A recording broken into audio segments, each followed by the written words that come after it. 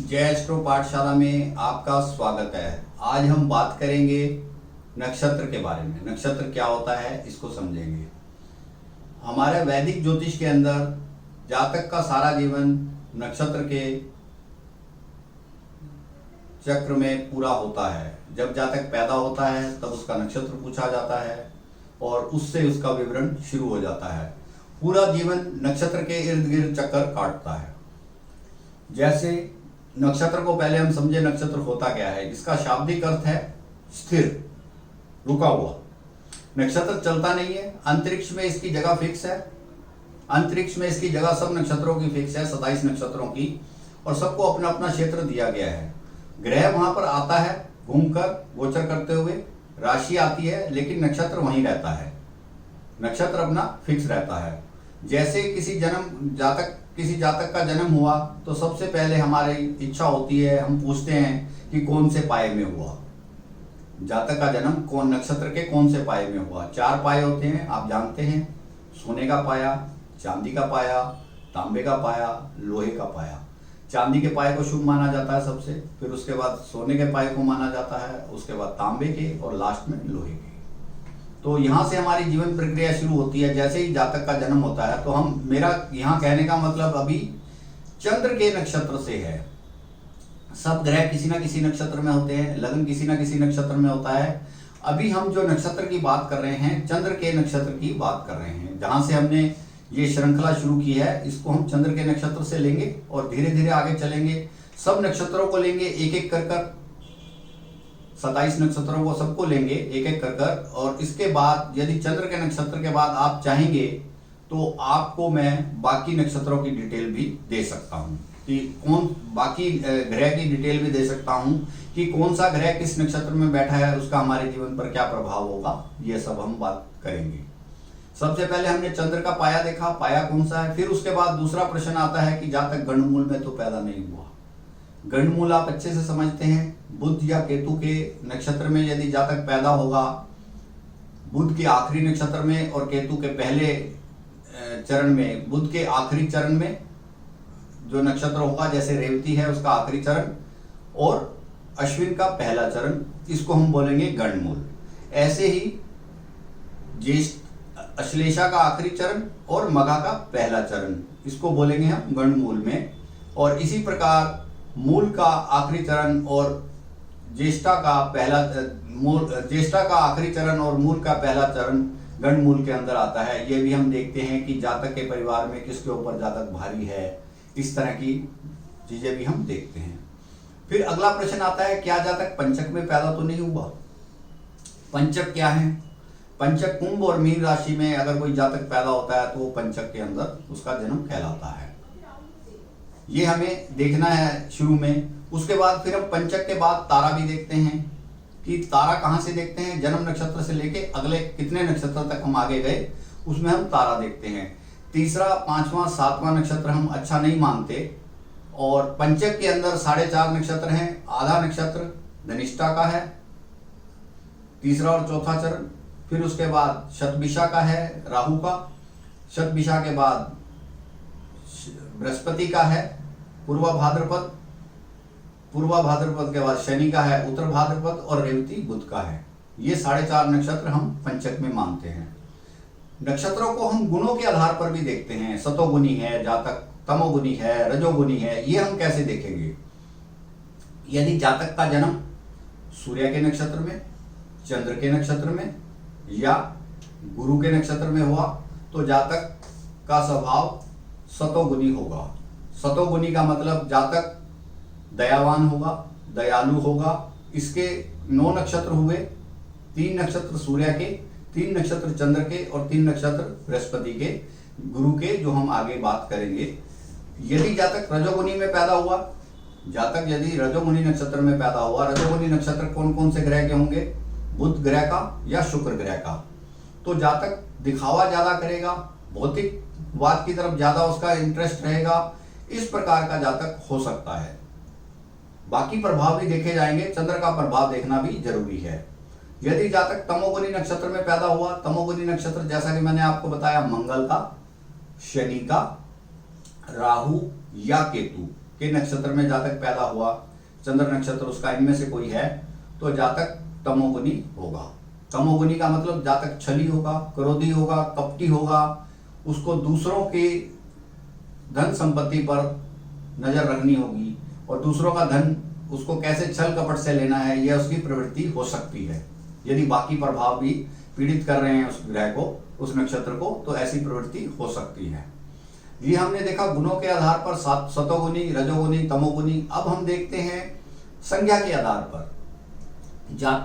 नक्षत्र को 7 संज्ञा में बांटा गया है, स्थिर में, चर में। स्थिर संज्ञा होगी, स्थिर संज्ञा का मतलब यह है कि जातक स्थिर बुद्धि का होगा। चर संज्ञा होगी तो चलायमान होगा। मिश्र संज्ञा होगी तो सामान्य जातक होगा, न चिर न स्तर, बीच का होगा। लघु अगर उसका नक्षत्र होगा तो जातक का अच्छा स्वभाव होगा, जातक मैत्री करने में खुश रहेगा, जातक मैत्री बहुत जल्दी से कर लेता है, ऐसे जातक मैत्री जल्दी से कर लेते हैं। यदि हम इसको मुहूर्त में देखें तो जातक यदि इसको मुहूर्त में देखना चाहता है या कोई और व्यक्ति इसको मुहूर्त में देखना चाहता है तो इस नक्षत्र में जो लघु नक्षत्र हैं उनके अंदर स्त्री पुरुष की मैत्री देखी जाती है, ऐसे नक्षत्र में की जाती है। या साझा कार्य कोई करना है वह देखा जाता है कि इस समय करें, या आभूषण इत्यादि का कोई आभूषण हमें लेने हैं उसका देखा जाता है कि आभूषण ले लें। औषधि कुछ बना रहे हैं, औषधि बनानी है, तो उसके लिए भी यह नक्षत्र लघु नक्षत्र अच्छा माना जाता है। उसके बाद अगला जो संज्ञा है उसकी नक्षत्र की, मृदु नक्षत्र की। यदि कोई मृदु नक्षत्र है उसमें हम नए कपड़े लेने का, पेंटिंग का, ललित कला के कार्य कर सकते हैं। और जातक का यदि जन्म नक्षत्र भी मृदु नक्षत्र है तो उसका पेंटिंग की तरफ ज़्यादा इंटरेस्ट होगा, नए नए वस्त्रों की तरफ ज़्यादा इंटरेस्ट होगा, उसका ललित कला में भी ज़्यादा इंटरेस्ट होगा कार्य करने में। यदि जातक क्रूर नक्षत्र में है, क्रूर संज्ञा के नक्षत्र में पैदा हुआ, तो जातक शस्त्र इत्यादि के कार्य कर सकता है, विष से रिलेटेड कार्य कर सकता है। या मुहूर्त में हम इसको देख सकते हैं कि जातक विष का कोई कार्य कर रहा है या शस्त्र प्रयोग कर रहा है तो उसे इस मुहूर्त में करना चाहिए, क्रूर नक्षत्रों के मुहूर्त में करना चाहिए। और इस प्रकार अगली संज्ञा तीक्ष्ण नक्षत्र की है। तीक्ष्ण नक्षत्र में हमें क्या देखना है कि जातक दमन के कार्य कर सकता है, भूत प्रेत निवारण के कार्य कर सकता है। यदि जातक का जन्म का ये नक्षत्र है तो उसका इन चीजों की तरफ ध्यान ज्यादा आकर्षित होगा, उसका मन इन चीजों में ज्यादा लगेगा। नक्षत्रों को हम एक और विधि से भी देख सकते हैं कि नक्षत्र अधोमुखी है, उदरमुखी है या तिर्यकमुखी है। 9 नक्षत्र आते हैं अधोमुखी में। अधोमुखी नक्षत्र का कहने का मतलब है कि यदि हमें कोई जमीन के नीचे का कार्य करना है, तालाब बनाना है, कुआं बनाना है, नहर बनानी है, खदान करनी है, नींव भरनी है, नींव खोदनी है, ये कार्य हम इन नक्षत्रों में करते हैं। और यदि जातक का जन्म इस नक्षत्र में है तो जातक ऐसे कार्य, खदानों के कार्य कर सकता है। या उदरमुखी नक्षत्र में है जातक का जन्म तो जातक बिल्डिंग के कार्य कर सकता है, जो ऊपर के कार्य हैं, झंडा लगाने का कार्य जैसे ऊपर का है, बिल्डिंग बनाने का कार्य ऊपर का है, जो जमीन से ऊपर के हैं कार्य, पेड़ लगाना, ऐसे कार्य कर सकता है इन मुहूर्त में। और जातक का यदि जन्म नक्षत्र ऐसा है तो इन कार्यों में उसका मन लगेगा, ऐसे उसकी प्रवृत्ति उस तरफ जाएगी। ये हमें समझ लेना चाहिए। यदि जातक तिर्यक नक्षत्र में हुआ, तीसरी जो इसकी प्रकार है, तो इस तिर्यक नक्षत्रों के अंदर हम मुहूर्त करते हैं हल जोतने का, नए पुल बनाने का, नई सड़क बनाने का। अगर हमें कार्य शुरू करना है तो इन नक्षत्रों में कर लेते हैं जो तिर्यक नक्षत्र कहलाते हैं। यदि जातक का जन्म इन नक्षत्रों में है तो इन कार्यों में वह जुड़ा हो सकता है, आगे जाकर इन कार्यों में उसका काम से कुछ ना कुछ इंटरेस्ट हो सकता है, उसका कार्य हो सकता है, उसकी नौकरी हो सकती है, उसका व्यवसाय हो सकता है, इस प्रकार के वो कार्य कर सकता है। अगली हम बात करते हैं नक्षत्रों की दृष्टि के बारे में। नक्षत्रों की दृष्टि को देखते हैं। नक्षत्रों की 4 तरह की दृष्टि होती है: अंध दृष्टि, मंद दृष्टि, मध्य दृष्टि और सुलोचन दृष्टि। अब हम इसको नक्षत्रों की दृष्टि को एक एक करके समझते हैं।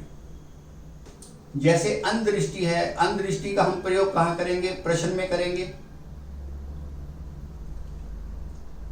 7 तरह के नक्षत्र होंगे इसके अंदर, क्योंकि जो मैंने आपको बताया अंध, मंद, मध्य और सुलोचन 7 नक्षत्र इनमें बांट लिए जाएंगे।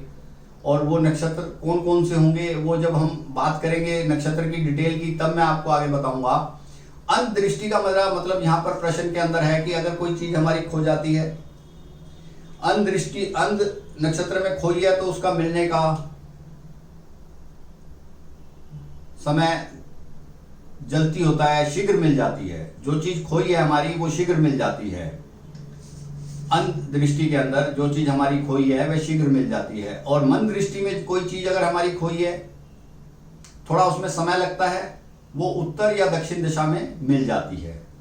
इसी प्रकार मध्य दृष्टि में यदि कोई हमारी चीज खोई है, इसमें भी 7 नक्षत्र आते हैं, तो वह हमें पता तो लग जाएगा कि चीज कहां पर है, लेकिन हमें मिलेगी नहीं। ये हम प्रश्न में इसको लगाकर देख सकते हैं। और चौथी दृष्टि सुलोचन दृष्टि है।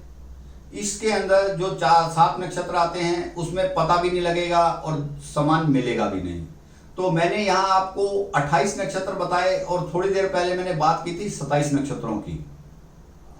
इसको थोड़ा क्लियर कर लेते हैं। जब हम प्रश्न लेते हैं उसमें हमें अभिजीत नक्षत्र को भी लेना होता है, योनि लेते हैं। जब हम कुंडली मिलान करते हैं विवाह का, उसमें भी अभिजीत नक्षत्र को लेना होता है। कहीं कहीं हमें अभिजीत नक्षत्र को लेना होता है, तो वो 28वां नक्षत्र है। हम जब डिटेल शुरू करेंगे 27 नक्षत्र की ना शुरू करके 28 नक्षत्र की करेंगे, अभिजीत नक्षत्र की भी करेंगे। अभिजीत नक्षत्र जो हमारा आता है उत्तराषाढ़ा नक्षत्र के लास्ट में और श्रवण नक्षत्र से पहले शुरू होने के समय, इसके बीच में उसका समय होता है, उसकी डिग्री होती है अभिजीत नक्षत्र की। तो इस प्रकार हम खोए हुए सामान के लिए, चोरी के सामान के लिए 28 नक्षत्रों को प्रयोग में लेंगे। अब यदि जातक का इनमें से कोई नक्षत्र है, अगर उसका इनमें से कोई नक्षत्र है, तो जातक या तो इन कार्यों में अगर उसका वो नक्षत्र पीड़ित है तो वो चोर प्रवृत्ति का हो सकता है। अगर वो नक्षत्र पीड़ित नहीं है, शुभ है, तो जातक अच्छा ज्योतिष हो सकता है, वो प्रश्न का उत्तर भी दे सकता है और वो स्पिरिचुअल काम भी कर सकता है। इनसे रिलेटेड जो भी उसका नक्षत्र होगा वैसा उसको कार्य हो, उसका जीवन में वैसा कार्य भी हो सकता है। क्योंकि हम बात कर रहे हैं नक्षत्र, जन्म नक्षत्र के नक्षत्र की। बाकी हम सभी ग्रहों के नक्षत्रों की बात भी करेंगे इसके बाद, लेकिन अभी हम बात कर रहे हैं जन्म नक्षत्र के नक्षत्रों की और थोड़ा उसके साथ मुहूर्त को ऐड ऑन कर रहे हैं, जिससे कि हमारा पॉइंट क्लियर होता जाए। अब हम बात करते हैं योनि की। नक्षत्रों की योनि होती है, 3 तरह की योनि होती है, मेल योनि, फीमेल योनि और नपुंसक योनि। यदि जातक का नक्षत्र चंद्र नक्षत्र मेल योनि का है, तो जातक अच्छा नेता हो सकता है, वक्ता हो सकता है, लेखक हो सकता है, अच्छा डॉक्टर हो सकता है। जातक जो भी कार्य करेगा चुनौतीपूर्ण कार्य करेगा और उसमें सफल होगा। जातक जो भी कार्य करेगा वो चुनौतीपूर्ण कार्य करेगा और उसमें वह सफल होगा। शर्त यह है कि उसका मेल नक्षत्र होना चाहिए और वो शुभ प्रभाव में रहना चाहिए, पीड़ित नहीं होना चाहिए। यदि फीमेल नक्षत्र है तो जातक पराधीन कार्य करेगा, किसी के नीचे रहकर कार्य करेगा, स्वतंत्र व्यवसाय या स्वतंत्र नौकरी वो नहीं कर पाएगा। उसको हमेशा गाइडेंस चाहिए कि मैंने इतना कर लिया, अब मेरे को क्या करना है, मैंने इतना कर लिया, अब मेरे को क्या करना है। इस प्रकार की उसकी प्रवृत्ति हो सकती है। चंद्र नक्षत्र से हम देखकर ये बता सकते हैं। यदि नपुंसक श्रेणी में उसका नक्षत्र है, नपुंसक श्रेणी में केवल 3 नक्षत्र होते हैं, मृगशिरा, मूल और शतभिषा।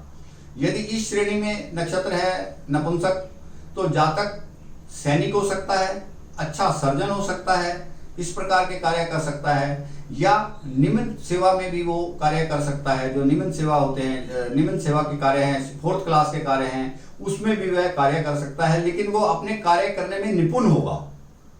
वह अपने कार्य करने में निपुण होगा। जो मैंने 3 नक्षत्र बताए, मृगशिरा, मूल नक्षत्र और शतभिषा नक्षत्र। उसके बाद हम बात करते हैं नाड़ी की। नाड़ी के भी 9 नक्षत्र होते हैं। 3 तरह की नाड़ी होती है। पहली आद्या नाड़ी, दूसरी मध्य नाड़ी और तीसरी अनत्या नाड़ी। यदि हम जातक का जन्म आद्या नाड़ी में है तो हम उसके वात के रोगों के बारे में पता कर सकते हैं, और यदि मध्य नाड़ी का है तो उसको पित्त के रोग हो सकते हैं, उसके बारे में देखा जा सकता है, और यदि अनत्या नाड़ी है तो उसको कफ के रोग ज्यादा हो सकते हैं। तो ये हम उसमें रोग पकड़ने में इसको यूज में कर सकते हैं। जन्म नक्षत्र का जो नक्षत्र है, मैं उस नक्षत्र की यहाँ पर बात कर रहा हूँ। नाड़ी के बाद हम बात करते हैं जाति की। नक्षत्रों की जाति भी होती है, जैसे क्षत्रिय जाति का है, जातक क्षत्रिय जाति का है, वैश्य जाति का है, शूद्र जाति का है, ब्राह्मण जाति का है। जिस भी जाति का है उसके कार्य वह करेगा और उसका स्वभाव उनसे मिलता हुआ होगा। फिर वर्ण की बात करते हैं, रंग की। जो रंग है उसके हिसाब से भी हम नक्षत्र से देखेंगे कि जातक का जन्म नक्षत्र में कौन सा रंग उसको ज्यादा फेवर कर रहा है, उसका रंग क्या है, कौन सा रंग है, उसको उससे क्या लाभ होगा और किस प्रकार के वो कार्य करेगा। फिर हम बात करते हैं तत्व की। जो हमारे नक्षत्र हैं वो तत्वों पर भी आधारित हैं। कुछ नक्षत्र पृथ्वी तत्व के हैं, कुछ जल तत्व के हैं, कुछ अग्नि तत्व के हैं, कुछ वायु तत्व के हैं और कुछ आकाश तत्व के हैं। तो जब हम उसका व्यवसाय देखते हैं उस समय हम इनको प्रयोग में लेकर देख सकते हैं कि जातक कौन से कार्य में जा सकता है, उसका किस कार्य में ज्यादा दक्षता से वो कार्य कर सकता है। तो यह भी हम चंद्र के नक्षत्र से देख सकते हैं कि नक्षत्र 5 तरह के होते हैं, जो मैंने आपको बताया, पृथ्वी तत्व, जल तत्व, अग्नि तत्व, वायु तत्व और आकाश तत्व। फिर उसके बाद हम राशि देखते हैं कि नक्षत्र किस राशि में बैठा है, उसका कोई ना कोई स्वामी होगा। नक्षत्र जिस राशि में बैठा है उस राशि का भी स्वामी होगा। और नक्षत्र जोन सा नक्षत्र है, जैसे मान लो हम अश्विन नक्षत्र की बात करते हैं, वो मेष राशि में बैठा है, तो उसकी डिग्री देखेंगे कि वो कौन सा नक्षत्र है। मान लो उसकी 10 डिग्री है तो हम कहेंगे वो अश्विन नक्षत्र में है। यदि उसकी डिग्री 13 डिग्री 20 से 26 डिग्री 40 के बीच में है तो हम कहेंगे भरणी नक्षत्र के अंतर्गत आता है। यदि 26-40 से लेकर 30 डिग्री के अंदर है तो हम कहेंगे कृतिका नक्षत्र के अंदर आता है। तो यहाँ नक्षत्र के स्वामी को भी देखना है। मान लो पहला अश्विनी नक्षत्र है तो उसका स्वामी केतु हुआ। फिर दूसरा यदि भरणी नक्षत्र है तो उसका स्वामी शुक्र हुआ, उसको भी देखेंगे। और तीसरा यदि कृतिका नक्षत्र है तो उसका नक्षत्र का स्वामी सूर्य हुआ, राशि का स्वामी मंगल हुआ, तीनों का राशि का स्वामी मंगल होगा। अब नक्षत्र को यदि हम गहन अध्ययन करना चाहते हैं, नक्षत्र से हम बिल्कुल बारीकी से पहुंचना चाहते हैं अपने पॉइंट पर, तो उसके लिए हमें पिन पॉइंट पर जाने के लिए नक्षत्र के भी हमें 4 हिस्से करने पड़ेंगे, 4 चरण उसके बनाने पड़ेंगे।